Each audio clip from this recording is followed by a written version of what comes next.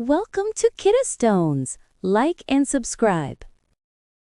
ఒకప్పుడు ఒక నది ఒడ్డున ఉన్న మామిడి చెట్టుపై ఒక కోతుండేవి. ఆ చెట్టులో రుచికరమైన మామిడి పండ్లు పండేవి. కోతి ప్రతిరోజూ ఆ పండ్లు తిని ఆనందంగా ఉండేది. ఒకరోజు ఒక మొసలి నది నుండి బయటకు వచ్చి చెట్టు కింద విశ్రాంతి తీసుకుంటోంది. దయగల కోతి ఆ మొసలికి కొన్ని మామిడి పండ్లిచ్చింది. మొసలికి ఆ పండ్లు చాలా నచ్చాయి. అప్పటినుండి అది ప్రతిరోజు చెట్టు దగ్గరికి వచ్చి కోతితో మాట్లాడేది. ఇద్దరూ మంచి స్నేహితులయ్యారు.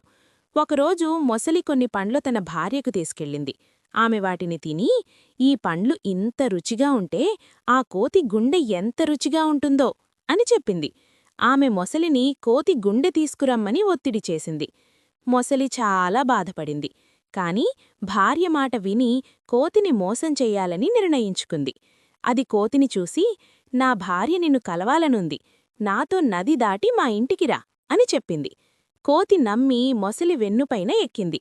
నది మధ్యలోకి వెళ్ళినప్పుడు మొసలి నిజం చెప్పింది.